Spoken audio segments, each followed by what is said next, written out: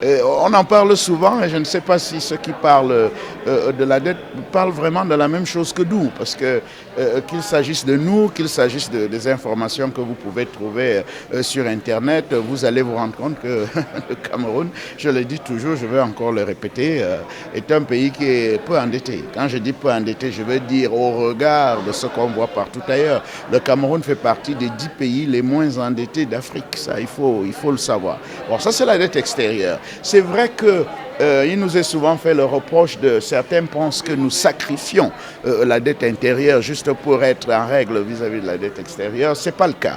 C'est vrai que la dette extérieure a ceci d'extrêmement contraignant que si vous êtes en défaut, vous êtes, comme on dit, blacklisté. Hein, c'est-à-dire, de par le monde, on vous affiche comme un pays, un mauvais payeur, donc quelqu'un qui ne mérite pas qu'on lui fasse encore confiance, qu'on lui prête de l'argent et en tout état de cause, si on lui prête de l'argent, on doit lui prêter l'argent à des conditions extrêmement contraignantes. C'est pour ça que nous travaillons effectivement pour que nous soyons en règle. Et vous savez, le Cameroun n'a jamais été en défaut, n'a jamais été en défaut du paiement.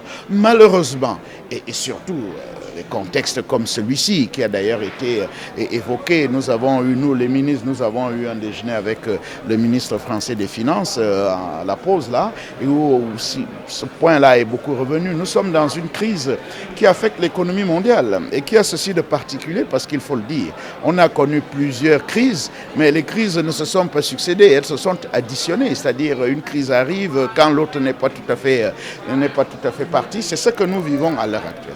Et vous comprenez que face à une situation comme celle-là, cela pèse assez lourdement sur notre budget et c'est ça qui peut faire en sorte que le plan de marche qui était le nôtre pour dire qu'on s'attaque également à la dette intérieure, ce plan de marche peut être retardé ou ralenti, mais non pas annulé. Hein. C'est d'ailleurs la raison pour laquelle, Dieu merci, le président Biya nous a habilités à trouver des ressources en début d'année, ce que nous avons commencé à faire le 30 janvier, j'étais à Londres, le 30 janvier dans un placement privé pour lever une partie des fonds, justement pour éponger la dette intérieure. Parce que nous avons aussi des créanciers intérieurs, il faut payer. Et un État qui paye, c'est un État qui honore sa signature. Donc je voudrais le dire ici, même pour la dette intérieure, que les créanciers de l'État sachent qu'ils seront payés. Là, nous avons levé une partie des fonds. Nous sommes déjà en train de travailler pour la deuxième partie de ce travail-là, mais qui est essentiellement consacrée à l'apurement de la dette intérieure. Donc ça, je voulais le dire, hein, parce que souvent on entend beaucoup de choses qui ne sont pas toujours vraies. Le Cameroun, sous la direction du président de la République, avec les instructions qu'il nous donne, le Cameroun est plutôt bien coté. Et bien qu'on dise, et tout le monde le redit, et nous-mêmes on doit le dire, bien qu'on sache qu'il y a encore une marge de progression. C'est-à-dire qu'on peut encore faire beaucoup de choses pour que ça aille mieux.